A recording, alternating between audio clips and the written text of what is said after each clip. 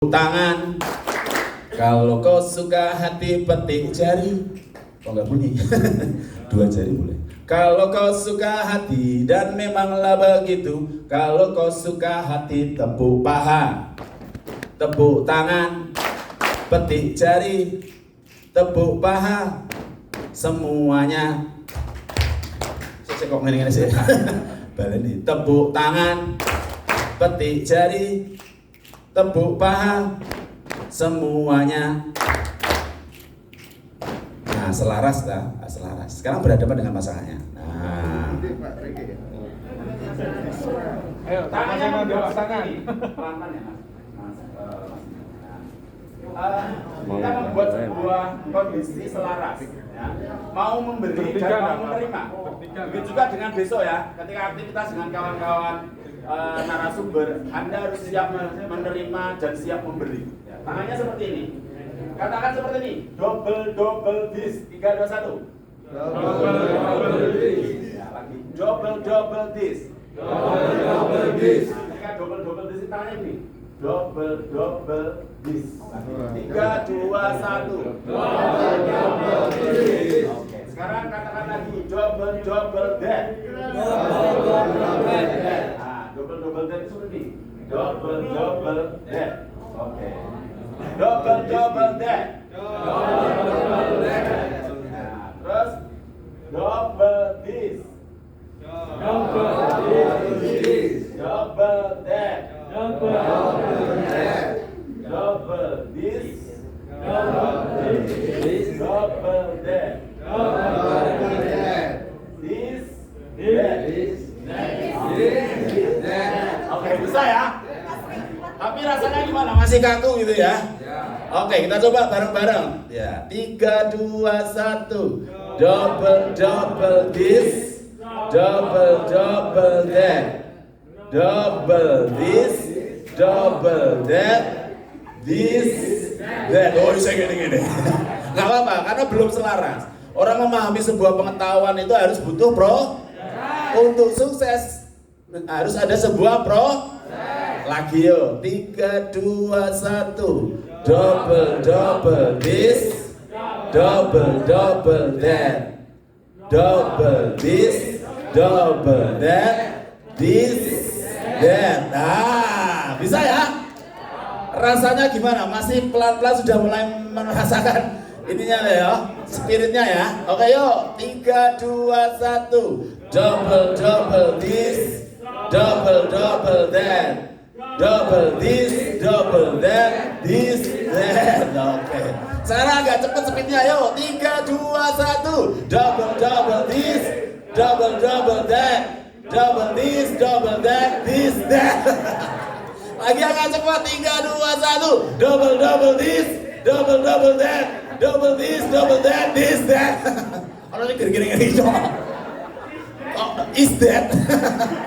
Kopi. Sekarang coba cari pasangan baru. Nah, cari pasangan baru. Ganti pasangan. Ya. Yuk lagi, kita awali dari lagi. Yuk. Mulai siap ya, tangannya digenggam. Yuk siap. 3, 2, 1. Double this. Double that. Double this, double that, this, that. Lagi yo, 3, 2, 1. Double this, double that. Double this, double that, this, that. Lagi cepat, 3, 2, 1. Double this, double that. Double this, double that, this, that. Yeay. Ya, oke, silakan duduk. Belum ya Pak? Belum sempurna. Tapi sudah ini ya Pak ya, paling tidak sudah ada ritme yang dibangun ya. Oke. Kira-kira dari permainan tadi apa yang didapatkan kawan-kawan semuanya? Apa Mas? Kekompakan, oke ya, apa lagi Mas? Konsentrasi, fokus ya. Ya kawan-kawan semuanya, kalau kita tidak fokus ya, maka apa yang terjadi ya tadi tangannya gini gitu. Maut ya. Jadi sahabat-sahabatku semuanya, apa yang menjadi pilar dari sebuah organisasi, kalau kawan-kawan membangun sebuah desa wisata ataupun mengembangkan sebuah desa wisata, itu adalah 3 hal. Ya. Satu adalah sistem. Apa kawan-kawan? Ya, sistem. Kalau Anda mau membangun sebuah desa wisata dengan bagus, maka dibuatlah aturan, kebijakan, maka itu masuk dalam ranah sistem. Ketika sistemnya bagus, saya yakin desa wisata itu akan maju. Atau kawan-kawan misalnya membentuk kaitannya dengan tim outbound. Ya. Kalau sistem aturannya sudah bagus, ya, saya yakin Anda akan punya tim outbound yang bagus juga. Anda akan diminta oleh perusahaan, akan diminta oleh corporate, baik itu negeri maupun swasta, untuk membangun kapasitas sumber daya manusianya dengan melakukan aktivitas kegiatan Anda sebutnya adalah outbound. Nah, selain sistem, apalagi yang perlu dikembangkan? Yang kedua, ternyata adalah hasil dari produk dari organisasi tersebut. Kalau itu Anda sebutnya adalah desa wisata dan Anda punya tim outbound-nya, nah hasil produknya itu seperti apa?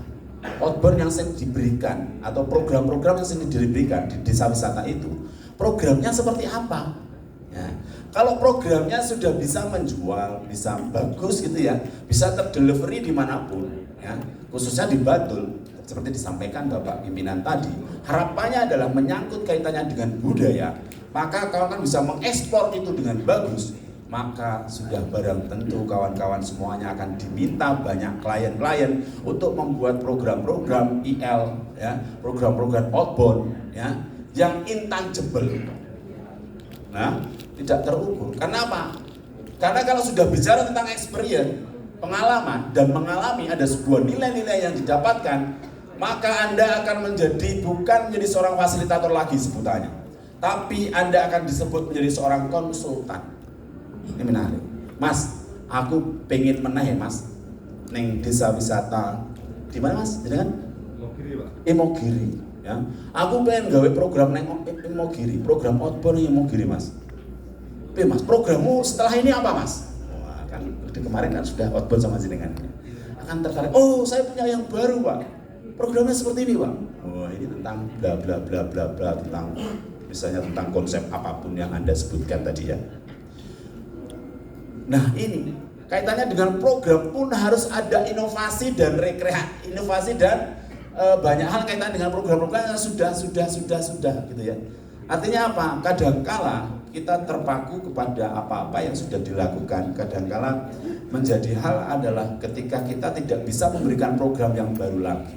Loh Mas, kalau kemarin pernah diberikan permainan seperti itu, apa aktivitas seperti itu. Loh Mas, aktivitasnya kok bodoh, kaya ini, gerdolanan kaya ngono Mas. Kalau Anda bicaranya adalah permainan. Kok permainannya germono-ngono bisa Mas? Kok aktivitasnya germono? Ada nggak Mas yang beda? Nah ini, kenapa kawan-kawan semuanya hari ini berkesempatan di ROS ini tujuannya adalah untuk rekreasi, kembali kreasi kreatif menjadi orang-orang kreatif lagi, sehingga kawan-kawan diminta tadi oleh Bapak dari Dinas Pariwisata Bantul untuk apa? Sudah, gue fokus gue neng dengarkan ya, dan disimak. Tidak hanya disimak saja, tapi harus dilihat. Ya, artinya kawan-kawan harus di sini, duduk di sini. Untuk melihat segala sesuatu, berproses dengan cara bersinergi tadi, mengalami segala sesuatunya kaitannya dengan apa-apa yang perlu kawan-kawan semuanya lihat. Masalahnya orang melihat itu belum tentu dia tahu, dan orang tahu belum tentu mengerti dan belum tentu memahami. Jadi apa yang dipaparkan boleh jadi Anda melihat slide-slide-nya, tapi belum tentu Anda ngerti dan belum tentu Anda paham. Ya, maka kenapa sebuah program experiential learning itu powerful? Karena melibatkan aktivitas fisik psikomotorik digabungkan dari kognitif, afektif, dan psikomotorik. Jadi kawan-kawan tadi kok mohon izin kenapa saya ajak tepuk-tepuk, ajak nyanyi. Karena apa? Biar powerful Anda menggerakkan visi Anda. Ketika apa yang diingat apa tadi? Kopi susu, ada tepuk-tepuk gitu kan. Ya, karena apa? Prinsip dasar orang berpresentasi membuat segala sesuatunya tertarik itu hanya 15 detik pertama. Anda harus membangun engagement dalam komunikasi. Kalau Anda mau menjadi seorang public speaker, 15 detik pertama itu harus powerful, menarik. Walaupun setelah itu mungkin ono sing ngantuk, ono sing turu gitu ya. Itu menuntut keterampilan kawan-kawan semuanya. Yang semangat tepuk 1 kali. Optimis hidupnya tepuk 2 kali. Nah ini nek peserta ini mau lu sing ngantuk mau tinggal tepuk lu kaget. Bener nggak kawan-kawan? Iya, karena dan blockingnya pun juga harus mantep, ya toh. Ngerono kesini, ini membangun kedekatan kawan-kawan. Nek fasilitator outbound neng kono, neng tengah-tengah, peserta neng kene, suaranya raku, sound sistemnya kerasa. Kok harus ditendang aja rasanya, iya toh. Jenengan asesmennya adalah peserta datang 50 apa 100. Sound sistemnya cilik kena disiapke gitu ya. Ora muring-muring gitu ya. Artinya apa kawan-kawan semuanya? Butuh motivasi yang kuat, butuh keterampilan ini. Nah, keterampilannya didapatkan dari mana kawan sahabat-sahabatku semuanya kalau Anda ingin menjadi seorang fasilitator yang profesional? Dari apa yang Anda dengar, dari apa yang Anda lihat dan Anda sering beraktivitas dengan organisasi atau berdinamika dengan orang-orang yang memang sudah lebih dulu dia berproses dengan kaitannya dengan fasilitator experiential learning. Artinya ya kawan-kawan juga harus baca-baca buku referensinya. Anda memfasilitasi aktivitas tentang teamwork misalnya, ya kita belajar buku tentang teamwork. Anda memfasilitasi tentang sebuah program budaya, maka kawan-kawan harus rela untuk membaca segala sesuatunya kaitannya dengan budaya. Ditanya tentang Mas, aku pengen outbound, tapi tentang sumbu filosofi, bisa ora Mas? Bisa Pak, bagus banget, ini baru tren Pak di Jogja. Saya nanti akan jelaskan tentang bagaimana Bapak Ibu beramazing grace di sumbu filosofi Jogja. Ya. Kita akan bermain Pak nanti dengan pakai andong, Bapak akan memahami keraton dan sebagainya. Ya, jadi inilah ternyata dalam kepemanduan experiential learning, kawan-kawan semuanya dituntut untuk banyak pengetahuan yang ingin didapatkan, keterampilan memberikan berbicara ini selalu dilatih ya. Tepuk 1. Kalau saya bilang semangat gitu ya, prop, semangat. Nah, ini seorang fasilitator outbound itu gesturnya harus lebih banyak berbicara dibandingkan kata-kata. Ya, kalau saya bilang optimis, boom, optimis. Nah, kalau empati ya, prop, senyum dengan kanan dan kirinya. Coba empati. Sing ra tau guyu susah loh ya, jadi fasilitator robot diajak guyu nih daerah tau guyu. Repot itu ya. Jadi harus terampil itu ya toh. Jadi bisa memberikan, kalau Anda itu ramah, senyum Anda ramah, terbuka, maka semua orang akan jadi senang ya toh. Karena di tempat Anda nanti, ya di tempat Anda berkegiatan nanti, orang itu begitu melihat jenengan langsung rasanya, wah rasanya kayak di outbound gitu. Ya, next Mbak. Ya, setiap orang butuh motivasi. Dan mengapa kita perlu motivasi? Karena setiap diri individu semuanya butuh sebuah proses untuk memahami bahwa motivasi itu ada dua. Satu motivasi internal maupun eksternal. Ya. Mungkin Anda belum mendapatkan sesuatu yang layak terhadap profesi Anda. Atau ketika kawan-kawan semuanya melakukan, wah Mas, aku neneng desa aku mandu outbound gersemene Mas. Ya mungkin secara material Anda belum mendapatkan itu. Ya.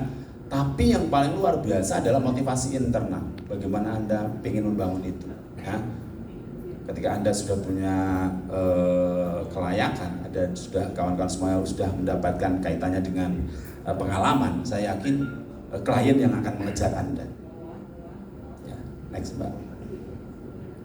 Karena apa? Motivasi adalah kekuatan atau daya yang menggerakkan sekaligus mengarahkan kehendak dan perilaku seseorang dengan segala kekuatannya untuk mencapai tujuan yang diinginkan yang muncul dari keinginan memenuhi untuk kebutuhannya. Maka berkumpullah kawan-kawan semuanya dengan orang-orang yang seirama, ya, seirama dan punya motivasi yang kuat juga. Kalau Anda berkumpulnya dengan orang-orang yang tidak termotivasi, tidak punya semangat, tidak punya keinginan untuk belajar, ya Anda akan tersisihkan. Ya. Tapi kalau kita berkumpul dengan orang-orang yang semangat, kita berkumpul dengan orang-orang yang mau untuk belajar, maka saya yakin kawan-kawan juga punya motivasi untuk belajar. Next, Mbak. Lalu caranya gimana? Ubah mindset kita. Ya. Untuk apa? Bahwa Allah Tuhan kita telah memberikan sebuah anugerah berupa kita diberikan secara fisik ya. Alhamdulillah dengan apa yang sudah ada di dalam diri kita ini adalah sebuah potensi-potensi. Nah, tentunya potensi ini harus dioptimalkan. Kita diberikan dua indera pendengaran kita, kawan-kawan semuanya, untuk banyak mendengarkan dan menyimak. Ada sebuah kesimpulan-kesimpulan yang harus kita tulis. Ya. Kawan-kawan semuanya bisa membangun segala sesuatunya dengan mengubah mindset kita. Kalau Anda menyerah, kalah dengan pandemi kemarin, saya yakin kawan-kawan tidak akan bisa berdiri di sini. Ya, ada kekuatan yang kawan-kawan semuanya memahami bahwa perubahan itu menjadi sebuah yang harus kita hadapi dengan legowo. Semuanya sudah berubah. Apakah kita mampu untuk berubah? Next, Mbak. Sehingga boleh sedikit saya bercerita tentang sejarah apa sih IL gitu ya. Jadi sumber dari outbound, ya, outbound itu diawali dengan kenapa disebutnya adalah experiential learning. Karena di AILI sendiri, Asosiasi Experiential Learning ini adalah sebuah wadah yang menaungi dari orang penggiat outbound.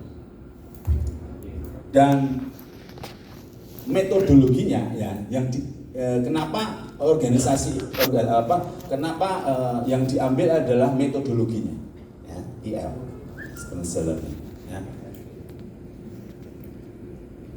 Diawali dari tahun sebelum Masehi ya, konsen tentang ini ya, Aristoteles, Johan, bahwa segala sesuatunya apa yang Anda dengar, apa yang Anda tahu, apa yang Anda lihat, dan apa yang diingat, I understand.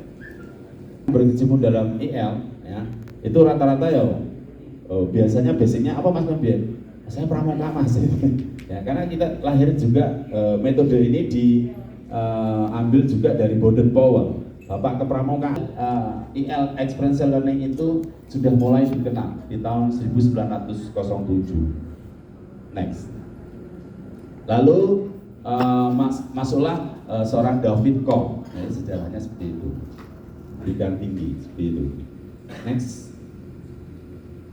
Lalu di tahun 1976 masuklah AEE, ya, Asosiasi Experiential Learning Education, dan mulai masuk di Indonesia kurang lebih di tahun 1990, ya. Sebelumnya Mbak, ya, namanya Outbound Bound Indonesia (OBI). Lah kok terus jadi outbound Mas Iwan? Kok terus jadi outbound gitu ya? Next, Mbak. Oke. Nah, di Indonesia orang lebih mengenal istilah outbound daripada outward bound. Ya. Padahal outward bound sendiri mempunyai istilah kapal layar yang mengangkat jangkarnya dan setiap menuju titik tujuan dengan kesiapan awak kapalnya untuk menghadapi tantangan sesuatu waktu yang muncul pada proses pencapaian tujuan outbound.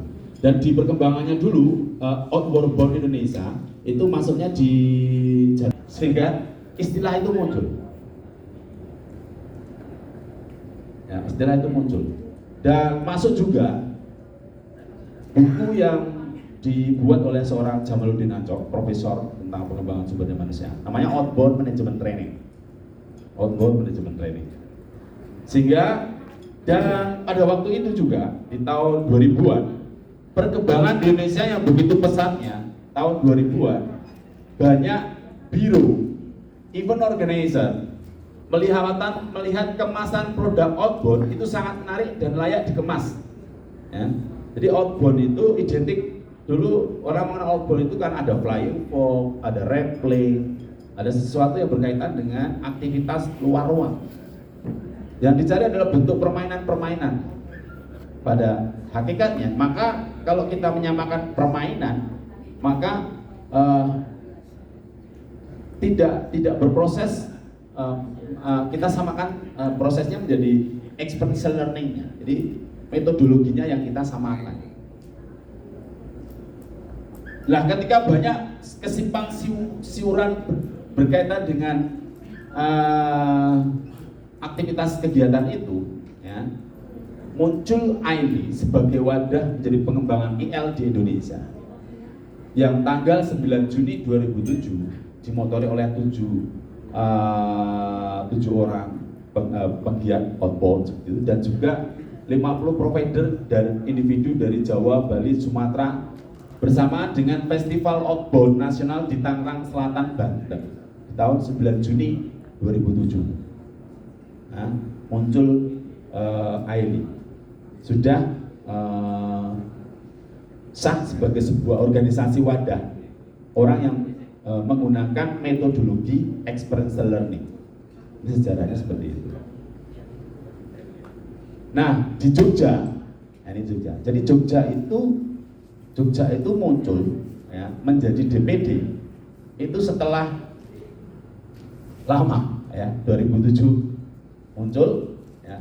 Jogja di tahun 2013 baru muncul DPD AILI. Tapi sebelum di tahun itu kita juga punya wadah penggiat outbound. Masalahnya gini kan, kalau kita tidak punya literatur yang sama, kita tidak semua punya pemahaman yang sama, maka akan berbeda. Ya, cara sinaune piye? Standar kompetensinya seperti apa? Kita akan bingung. Dulu kita belajarnya terus akhirnya bareng-bareng. Kita mendirikan APEL gitu. Asosiasi Penggiat Experiential Indonesia.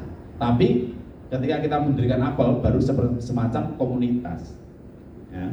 Karena kalau sudah bicara sebuah asosiasi tentunya adalah ada ADART, ada notaris dan sebagainya. Nah, muncullah AILI yang sudah punya akte notaris dan sudah punya DPD di beberapa seluruh Indonesia.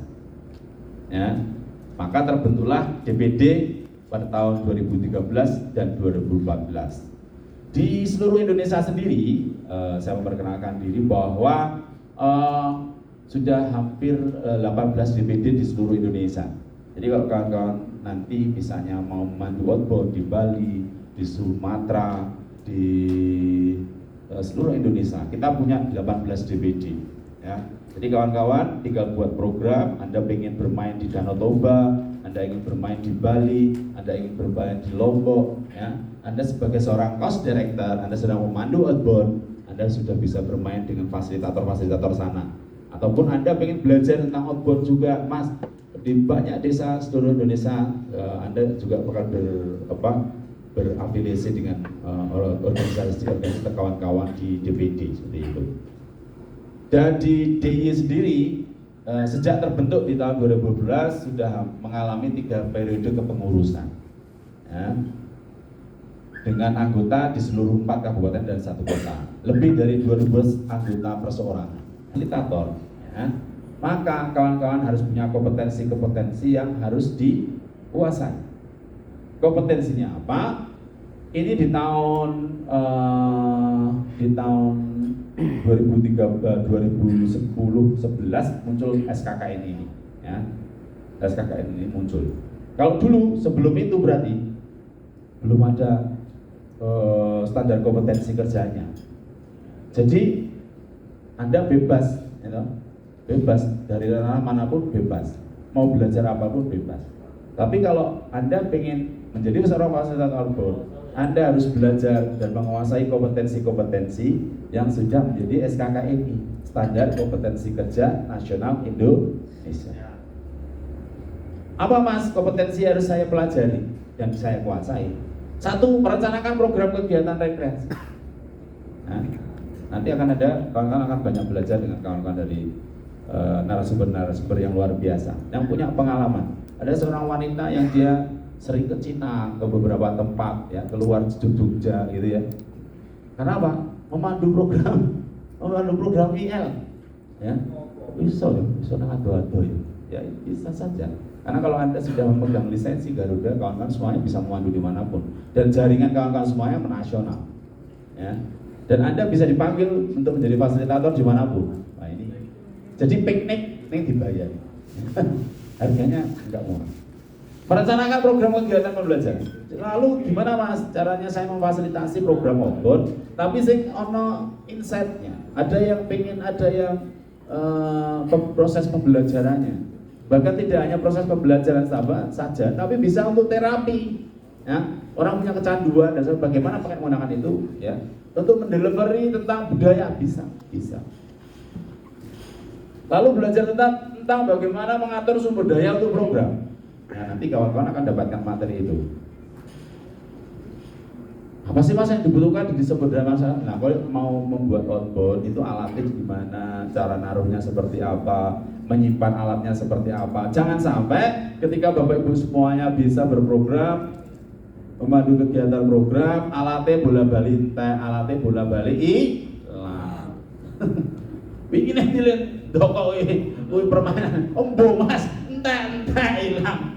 Oh, gowo lali dokoe lah piye ta iki? Lali kembali barang gitu. Nah, kadang-kadang kan kita hal-hal semacam itu ya. Ternyata butuh apa? Butuh sistem.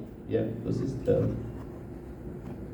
Ya, aku mau wis mas kita wis gak siap ya, kelebihan ya. Mau iki metok anakku. Ada saya itu sebab kadang-kadang heran ya. Kawan-kawan yang belum mempunyai orientasi maksimal bagaimana memandu ya. Flying fox ya, dolanan flying fox. Jaga nih, namanya flying fox. Mbak, saya tanya, Mbak, iki tok jagane itu sebab oh. Tapi kanu Mas ya jagane gentuk tanggal 10. Anakku arep mano Mas bali sekolah. Iki piye iki? Mandu outbound esuk ketok awan. Jam 10 izin metu anake. Artinya apa kawan-kawan semuanya? Kalau kita bicara sudah tentang kaitannya dengan profesionalisme dalam bekerja, kawan-kawan semuanya sudah dianggap menjadi seorang fasilitator, memfasilitasi, ya. Melaksanakan program kegiatan rekreasi, melaksanakan program kegiatan pembelajaran, melaksanakan program pemanduan kegiatan tali rendah. Apa Mas tali rendah? Melaksanakan program kegiatan tali tinggi misalnya. Jenengan pandu outbound dikenalkan pemandu outbound ning ora ngerti tali gitu ya. Flying fox masang tali ya Mas. Saya juga enggak tahu ya Mas. Biasanya Mas ya lho, saya mimpin outbound kok jenengan. Kamu ora ngerti tali. Saya belum pernah belajar. Ya. Sehingga apa? Banyak accident kaitannya dengan tali tinggi ketika Anda tidak menguasai. Ya paling tidak kawan-kawan mengenal ya, di harness, bicara delay dan sebagainya. Ya banyak harus ditingkatkan. Ya, itu. Menganalisis resiko dalam kegiatan. Wah, jenengan punya gua, jenengan punya potensi yang misalnya embung dan sebagainya. Tapi Anda tidak punya kemampuan menganalisis resiko. Apa yang terjadi kawan-kawan semuanya? Hujan habis. Karena apa? Kali HP itu sampai menjadi accident. Karena apa? Kurang menganalisis resiko dengan kegiatan. Contohnya kalau analisis risiko alam, resiko secara fisik itu bisa kita menganalisis resiko itu dengan kuat. Tapi kalau resiko yang namanya resiko mental, saya pernah dapatkan sebuah pengalaman, kebetulan bukan saya. Jadi seorang pemandu outbound, dia welcoming peserta. Bapak Ibu semuanya selamat datang di desa bla bla bla bla. Perkenalkan nama saya A. Saya memandu Bapak Ibu semuanya. Selamat datang Bapak Ibu karyawan-karyawati B. Padahal yang datang karyawati C. Begitu dengar seperti itu, pimpinannya pulang. Saya nggak mau berbicara. Nggak mau. Aku yang ngomong.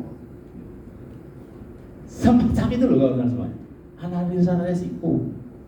Sesuatu yang sentilan, sesuatu yang sedikit saja bisa membuat orang itu ilfil. Pernah juga sebuah kejadian membanding-bandingkan tamu satu dengan tamu yang lain. Wow, outbound pisanan gayem. Setengah jam di awal itu gayem. Tapi setelah berikutnya ternyata ada sebuah kejadian, pimpinannya ya, nggak tahu kalau itu pimpinannya keluar menerima telepon. Nah, pemandunya outbound, Bapak Ibu semuanya, ini gimana kok jadi nggak semangat? Beda dengan kemarin Bu, saya dengan instansi B. Wow, semangat, nggak kayak ini gitu ya. Wes satu rombongan tuh naik bis pulang semuanya. Kejadian nyata bener-bener. Satu bis pulang. Rasa nawe hatimu kayak ngopong rasanya. Itu yang namanya sakit gak berdarah itu seperti itu. Pulang gara-gara apa? Gara-gara ucapan kata-kata kita yang tidak pas. Pengalaman lagi. Ya ini kaitannya apa? Dengan mental, ya, dengan sisi yang lain. Kadang-kala kita menganggap outbound ini kerau-kerauan rai ora asik, ya. Sebuah kejadian juga. Ternyata yang dibully itu ya. Itu pimpinannya. Orangnya lemu, orang iso bahasa Indonesia. Karena dia ekspatriat. Enggak tahu yang memandu outbound master game-nya itu ya. Dibuat ketawaan, ya. Ayo Pak, bisa nggak Pak ikuti gerakan kayak saya seperti itu? Orang iso wong lemu. Lah itu dibuat bahan ketawaan gitu. Marah. Marahnya apa? Kat. Terus gimana dulu membangun suasana? Susah. Artinya apa kata semua? Banyak hal yang nanti kita akan banyak diskusikan dengan kawan-kawan fasilitator untuk apa? Memahami bahwa kemampuan kita untuk mendalami sebuah pengetahuan itu ternyata harus kita tingkatkan, ya, harus kita tingkatkan. Untuk salah satunya adalah nanti kawan-kawan pentingnya SKKN, standar kompetensi kerja yang harus kawan-kawan kuasai.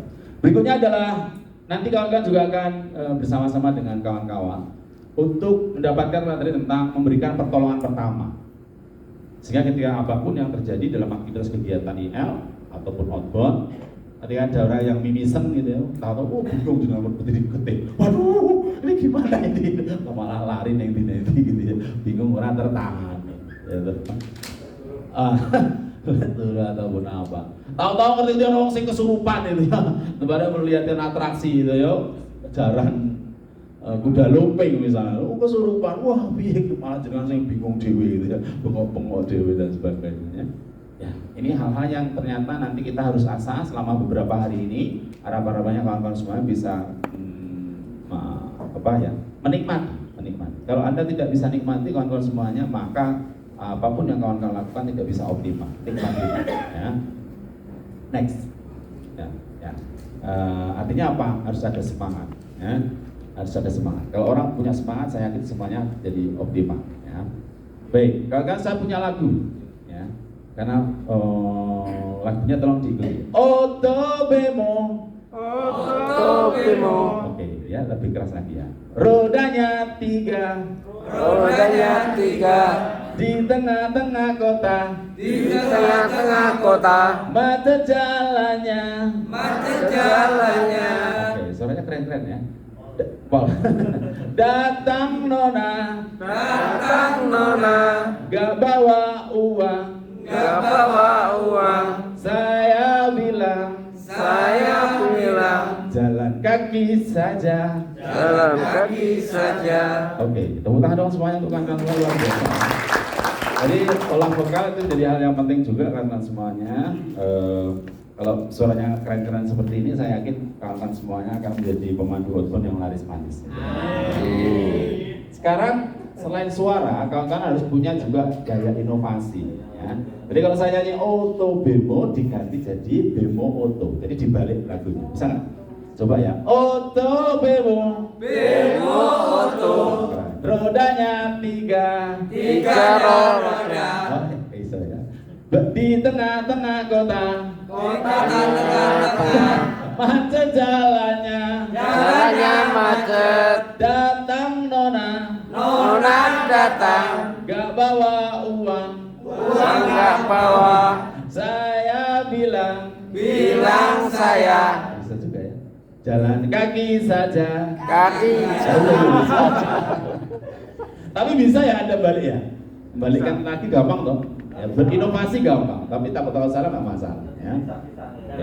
Ya. Coba sendiri. Oh, kalau yang saya tunjuk yang nyanyi ya, yang dibalik. Bisa Pak?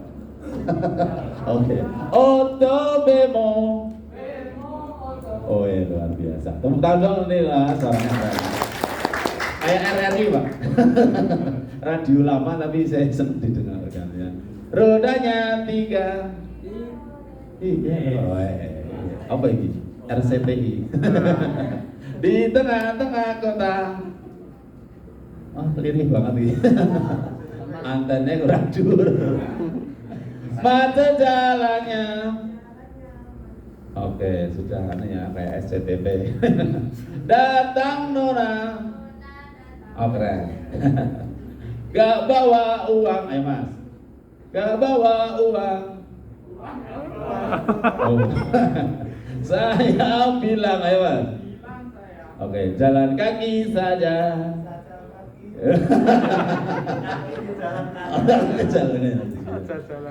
Jenengan bisa Mas, balik lagi tadi. Pinter ya.